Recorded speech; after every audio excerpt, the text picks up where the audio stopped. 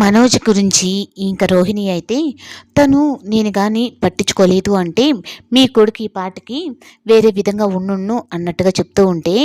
ఇంకా కల్పన కూడా అయితే ఆ రోజు డబ్బుల కోసం నన్ను ఎంత హరాస్మెంట్ చేశావు అయినా స్టేషన్ దగ్గరికి అని చెప్పి అన్నారు కదా, అంటే మీరిద్దరూ కలిసి ఇప్పుడు ఆ 45 లక్షల్ని కొట్టేసి మీ నాన్న ఇచ్చాడని చెప్పని వీళ్ళందరితో అబద్ధం చెప్తున్నావా అన్నట్టుగా ఇంకా ప్రభావతికి అయితే కళ్ళకు కట్టినట్టుగా రోహిణి గురించి మొత్తం నిజం చెప్పేస్తుంది. నేనన్నా మీ కొడుకుని 40 లక్షల కోసం ప్రేమించి మోసం చేసి వెళ్ళిపోయాను, అంతేకాని మీ కొడుకుని పెళ్లి చేసుకొని మీ అందరినీ మోసం చేస్తూ బ్రతుకుతుంది తను. ముందు అసలుకి మెయిన్ నంబర్ 1 కిలాడి ఎవరు అంటే మీ కోడలు అని చెప్పనని అంటుంది. ఇంకా మనోజ్ అయితే తనని ఎక్కడ బాలు అందరు కలిసి కొడతారని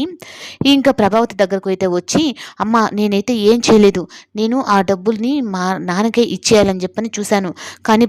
రోహిణినే వద్దు ఇప్పుడు ఆ డబ్బులు కానీ ఇచ్చేసాము అంటే మన ఎదుగుదలని అందరూ ఆపేస్తారు, ఆ డబ్బులు పెట్టుకొని మనం ఏదైనా బిజినెస్ చేద్దాము అని చెప్పని ఐడియా ఇచ్చింది కూడా రోహిణినమ్మా అన్నట్టుగా ఇంకా తనేదో మంచివాడైనట్టు మాదిరిగా అయితే ఇంకా అందరి ముందు వచ్చి చెప్తాడు. అయినా ఇంకా ప్రభావతికి అయితే నీ వల్ల నేను ఎన్నోసార్లు మాటలు పడ్డాను, అయినా నువ్వు మారలా, కానీ ఇప్పుడు కూడా 45 లక్షలు వచ్చినప్పుడు ఆయన దగ్గరికి తీసుకొని వచ్చి ఇద్దో అమ్మ ఈ డబ్బులు రిటర్న్ వచ్చేసాయని చెప్పని అనుంటే ఈరోజు ఇంత బాధ వచ్చుండేది కాదు కదా, నీ వల్ల నేను మాటలు పడాల్సిందని చెప్పనని ఇంకా మనోజ్నైతే అందరి ముందు కొడుతుంది. ఇంకా రోహిణి కూడా ఇంకా మనోజ్ గురించి తప్పుగా మాట్లాడేటప్పటికీ ఇంకా అందరి ముందు రోహిణిని ఒక ఆడపిల్లని కూడా చూడకుండా తనకున్న కోపాన్ని మొత్తం తీర్చేసుకుంటుంది. ఇప్పుడు దాకా నువ్వు ఈ అబద్ధాలే చెప్పావనుకున్నా, ఇంకా నీ జీవితం గురించి అసలు ఎన్ని అబద్ధాలు ఇంకా దాచిపెట్టావో ఏమో, మొత్తం నిజం చెప్తావా లేదా అని చెప్పని అనేటప్పటికీ ఇంకా ఇంత దాకా వచ్చింది కదా, మొత్తం అసలు నిజం కూడా కానీ చెప్పేశానంటే వామ్మో అసలు ఇంట్లో కాదు కదా నా మొహం చూసేదానికి కూడా ఉండనివ్వదు అన్నట్టుగా, ఇంకేం లేదు అత్తయ్య, అసలు నాది మలేషియానే కాదు, కానీ నేను ఇక్కడే పుట్టి పెరిగాను, నాకు అమ్మ నాన్న ఎవరూ లేరు, నేను ఒక అనాథని అని చెప్పనని మళ్ళీ ప్లేట్ ఫిరాయిచ్చేస్తుంది. అయ్యో ఆంటీ మీకు అర్థం కావట్లేదు, తన అమ్మ నాన్న లేదు అని చెప్పనని అన్నీ ఇప్పుడు కూడా అబద్ధాలు చెప్తుంది అని చెప్పంటే ఇంకా కల్పననైతే ఇంకా రోహిణి అయితే వచ్చి కొడుతుంది. నువ్వంతా చేసింది చాలదా మళ్ళీ ఇంకా చెప్తున్నావు అంటే ఇంకా ఆ మాటకి ఇంకా ప్రభావతి అయితే నీ గురించి నిజం చెప్పిందని ఈరోజు అమ్మాయిని కొడుతున్నావా,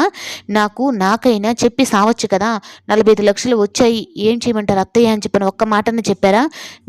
వాడిని నమ్మి నా కాపురం మొత్తం నాశనం చేశాను, వాడిని నమ్మి అంత డబ్బు తగలబెడితే నిన్ను నమ్మి నా ఇల్లు కూడా కుదవబెట్టి నీకు చేశాను, అయినా నువ్వు నా దగ్గరే మోసం చేస్తావా అంటే అన్నట్టుగా ఇంకా తనని కొడుతూ ఉంటే ప్రతిసారి ఆ మీనదే తప్పు, నా కోడలే గ్రేట్ అని చెప్పని అనుకున్నాను, కానీ ఇప్పుడు అర్థమవుతుంది నాకు, మీ అందరికంటే కూడా నాకు ఆ మీనానే గ్రేట్, నాకు ఏదైనా బాగాలేదన్నా కనీసం నేను అన్న వాటిని కూడా గుర్తు పెట్టుకోకుండా నన్ను చూసుకుంటుంది, బాలు కూడా అంతే, ₹1 వాడు ఇంటి తినకపోయినా కానీ ఏదో ఒక రూపంలో వాడు ఈ ఇంటికి ఏదో ఒక సహాయం చేస్తూనే ఉన్నాడు, నీ వల్ల నీ మొగుడు వల్ల మా మొత్తం జీవితాలని తారుమారు చేసేశారు కదా అన్నట్టుగా ఇంకా రోహిణిని అలాగే మనోజ్ని ఇంట్లో నుంచి అయితే గంటేస్తుంది. అమ్మ నేను ఎలా వెళ్ళి బతకనమ్మా అని చెప్పంటే అప్పుడు తెలియదంటారా నీకు, 45 లక్షలు మింగినప్పుడు తెలీదా ఈ అమ్ముంది, అమ్మ దగ్గర తీసుకెళ్ళి ఇచ్చి మనం ఏదో ఒకటి చేయాలి అని.